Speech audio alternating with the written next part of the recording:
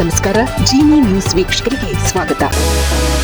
ಬೆಂಗಳೂರು ಗ್ರಾಮಾಂತರ ಜಿಲ್ಲೆಯ ಪ್ರಮುಖ ಪುಷ್ಪ ಕೃಷಿ ಕೇಂದ್ರಗಳಲ್ಲಿ ಒಂದಾದ ಹೊಸಕೋಟೆ ತಾಲೂಕಿನಲ್ಲಿ ತೀವ್ರವಾಗಿ ಹಬ್ಬಿರುವ ಶೀತಗಾಳಿ ಮತ್ತು ಮಂಜಿನ ಪ್ರಭಾವದಿಂದ ಗುಲಾಬಿ ಬೆಳೆಗಾರರು ತೀವ್ರ ಸಂಕಷ್ಟಕ್ಕೆ ಸಿಲುಕಿದ್ದಾರೆ. ಹವಾಮಾನ ವೈಪರೀತ್ಯದಿಂದಾಗಿ ಬಟನ್ ಗುಲಾಬಿ ಹಾಗೂ ಡಚ್ ಗುಲಾಬಿಗಳು ಸರಿಯಾಗಿ ಅರಳದೆ ಗಿಡದಲ್ಲೇ ಕಮರುತ್ತಿವೆ. ಕಳೆದ ಕೆಲವು ದಿನಗಳಿಂದ ಜಿಲ್ಲೆಯಲ್ಲಿ ಉಷ್ಣಾಂಶ ಗಣನೀಯವಾಗಿ ಕುಸಿದಿದೆ.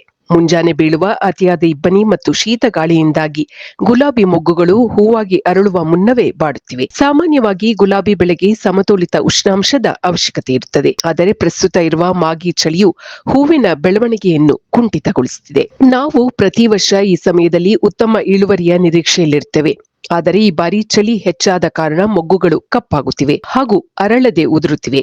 ಬಟನ್ ಗುಲಾಬಿಗಳ ಗಾತ್ರವು ಚಿಕ್ಕದಾಗಿದ್ದು ಮಾರುಕಟ್ಟೆಯಲ್ಲಿ ಸರಿಯಾದ ಧಾರಣೆ ಸಿಗುತ್ತಿಲ್ಲ ಎಂದು ಸ್ಥಳೀಯ ರೈತರು ತಮ್ಮ ಅಳಲು ತೋಡಿಕೊಂಡಿದ್ದಾರೆ.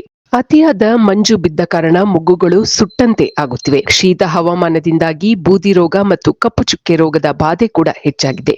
ಕಳೆದ ವರ್ಷಕ್ಕೆ ಹೋಲಿಸಿದರೆ ಇಳುವರಿಯಲ್ಲಿ 30% ಇಳಿಕೆಯಾಗಿದೆ. ಹೊಸಕೋಟೆ ಮಾರುಕಟ್ಟೆಯಲ್ಲಿ ಇಂದಿನ ಹೂವಿನ ದರ ಹೀಗಿದೆ. ಬಟನ್ ಗುಲಾಬಿ ಪ್ರತಿ ಕೆಜಿಗೆ ₹150 220. ಡಚ್ ಗುಲಾಬಿ 20 ಹೂವುಗಳ ಒಂದು ಕಟ್ಟಿಗೆ ₹180 250. ಕನಕಾಂಬರ 1 ಕೆಜಿಗೆ ₹600 ಮಲ್ಲಿಗೆ 1 ಕೆಜಿಗೆ ₹500 800. ಸೇವಂತಿಗೆ 1 ಕೆಜಿಗೆ ₹80 150.